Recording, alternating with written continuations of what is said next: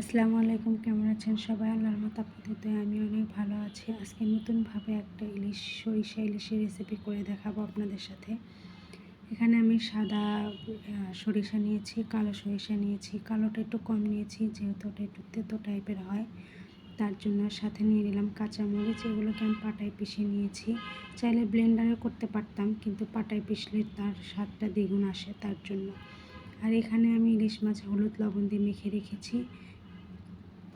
তো চলেন শুরু করা যাক রেসিপি। যেহেতু আমি সরিষা ইলিশ করব, তার জন্য সরিষার তেলটা দিয়ে রান্না করব। এখানে আমি সরিষার তেল দিলাম। তেলটা গরম হয়ে আসলে দিয়ে দেবো একটু কালো জিরা ফোড়ন। অবশ্যই সরিষা ইলিশে আপনারা কালো জিরা ফোড়নটা অবশ্যই দিবেন। এর যে আলাদা একটা ফ্লেভার, এই ফ্লেভারটা অনেক ভালো লাগে সরিষা ইলিশে। তো এর মধ্যে আমি দিয়ে দিলাম হলুদের গুঁড়া আর মরিচের গুঁড়া। এটা অতটা ভাজার প্রয়োজন নয়, বেশি আবার ভাজতে গেলে দেখা যাবে মশলাটা পুড়ে যাবে। তো হালকা একটু ভেজে এর মধ্যে দিয়ে দিলাম আমি পানি। পানিটা ফুটে উঠলে আমি সেই হলুদ লবণ দিয়ে মেখে রাখা মাছটা দিয়ে দিব।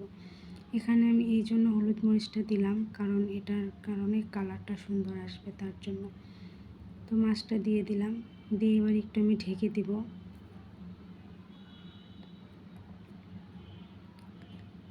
তো ঢাকনাটা তুলে নিলাম। এবার মাছটাকে একবার উল্টে দিব। আপনারা হয়তো ভাবছেন এটা আবার কেমন ধরনের রান্না, তবে এইভাবে ইলিশ মাছ সরিষা ইলিশ করে খেয়ে দেখবেন, অনেক মজা। আমি অনেকভাবে সরিষা ইলিশ খেয়েছি, তবে এই রান্নাটাই দারুণ ছিল। এই তো সেই বেটে রাখা সরিষাটা আমি দিয়ে দিলাম।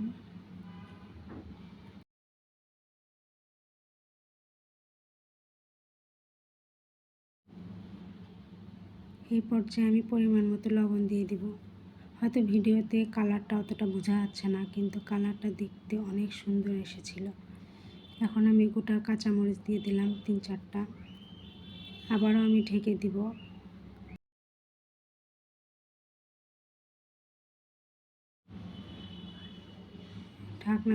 ঢাকনাটা তুলে আর একটু নেড়ে চেড়ে নিব, কারণ মাছটা আমি বেশি উল্টাবো না, কারণ যেহেতু ইলিশ মাছ নরম হয়ে থাকে, বেশি উল্টাতে গেলে দেখা যাবে মাছটা ভেঙে যাবে।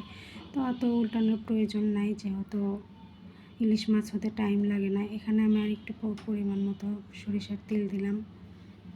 এই তো চুলাটা বন্ধ করে দিয়েছি। দেখতেই লোভ লাগছে, তাই না? খেতেও অনেক অসাধারণ ছিল। আমি ফার্স্ট টাইম এভাবে সরিষা ইলিশ রান্না করলাম। এর আগেও করেছি, ওর মধ্যে অনেক বাটা টাটা মশলা টশলা দিয়েছি, তার মধ্যে মনে হচ্ছে এটাই বেস্ট ছিল। আপনারাও করে